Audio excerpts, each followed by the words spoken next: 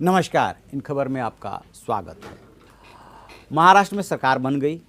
सरकार बनने के बाद सबसे ज़्यादा आप कह सकते हैं जिस किसी पार्टी की तीनों में से लॉटरी निकली तो वो एनसीपी है। सबसे ज़्यादा फायदे में वही है। उसने अपने ज़्यादा कैबिनेट मंत्री भी शामिल करा लिए और अब कांग्रेस नाक रगड़ रही है कि किसी तरीके से उसे गांव से जुड़ा हुआ कोई मंत्रालय मिल जाए, चाहे पंचायत मिल जाए, ग्रामीण विकास मिल जाए, कृषि मिल जाए, सहकारिता मिल जाए, लेकिन इनमें से कोई भी मंत्रालय एनसीपी और शिवसेना कांग्रेस को देने को तैयार नहीं है। शिवसेना तो एक बार सरकार में संतुलन बनाए रखने के लिए इस बात के लिए राजी भी हो जाती है, तो एनसीपी हरगिज तैयार नहीं है। इसके पीछे की जो पॉलिटिक्स है उसको समझना बहुत जरूरी है। दरअसल कांग्रेस और एनसीपी दोनों कहने के लिए और दिखावे के लिए तो एक साथ हैं, क्योंकि दोनों एक दूसरे की महाराष्ट्र में मजबूरी है। यदि अलग अलग चलते हैं तो राजनीतिक नुकसान होने का डर रहता है, लेकिन अंदर खाने दोनों में प्रभाव को लेकर के, प्रभुत्व को लेकर के जबरदस्त खींचतान है।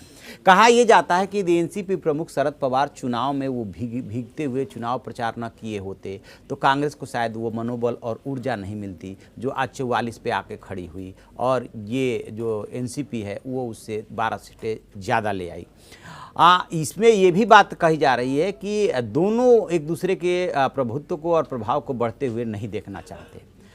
जब एनसीपी को पता है कि इन 4 मंत्रालय में से कोई एक चाह रहे हैं तो फिर एनसीपी को टांग भी नहीं अड़ाना चाहिए, लेकिन वो टांग अड़ा रही है कि सहकारिता उसके पास आएगा, ग्रामीण विकास उसके पास रहेगा। उधर गृह मंत्रालय को लेकर के भी खींचतान है, क्योंकि अजीत पवार अपने लिए चाहते हैं। उधर जो जयंत पाटिल हैं एनसीपी के अध्यक्ष, वो शरद पवार चाहते हैं कि उनको दिया जाए।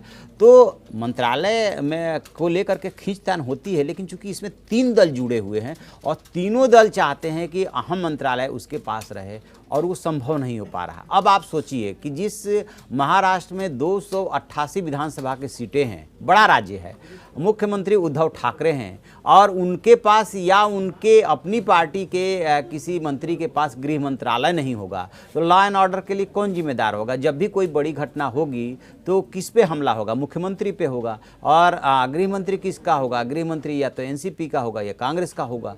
तो फिर सवाल तो उठेंगे, आगे चल करके बहुत ज़्यादा दिक्कत आने वाली है।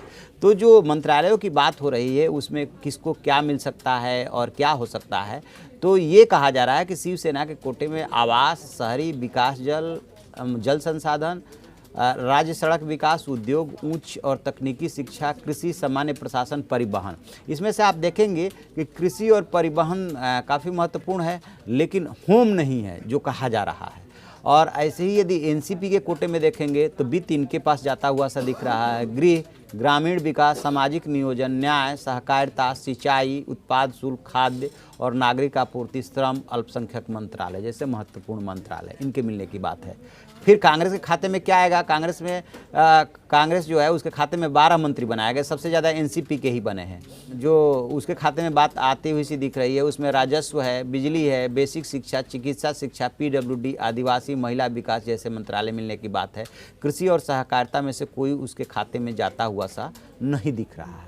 तो आप शिवसेना और कांग्रेस के मंत्रालय जो बातचीत चल रही है, अभी मंत्रालय का बंटवारा होना है, आज शाम तक उम्मीद है कि शायद हो जाए, और यदि ज़्यादा खींचतान बढ़ी तो नहीं भी हो पाएगा। तो आपने अभी देखा होगा कि ज़्यादातर महत्वपूर्ण मंत्रालय किसके पास जाते हुए से दिख रहे हैं? एनसीपी के पास। कितने विधायक?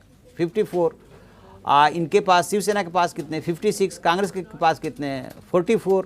और सबसे ज़्यादा मंत्री किसके? एनसीपी के। सबसे महत्वपूर्ण मंत्रालय किसके पास? एनसीपी के। यानी कि जो सरकार उन्होंने बनवाई है उसका मुआवजा कायदे से पवार साहब वसूल रहे हैं।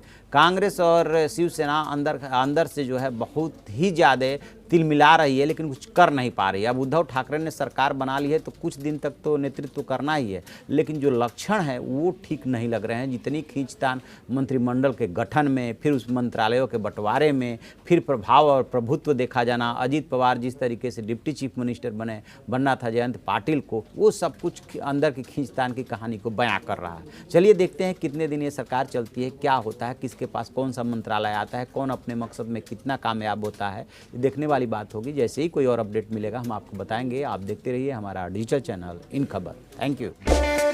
इन खबर चैनल को सब्सक्राइब करें और बेल आइकन दबाना ना भूलें।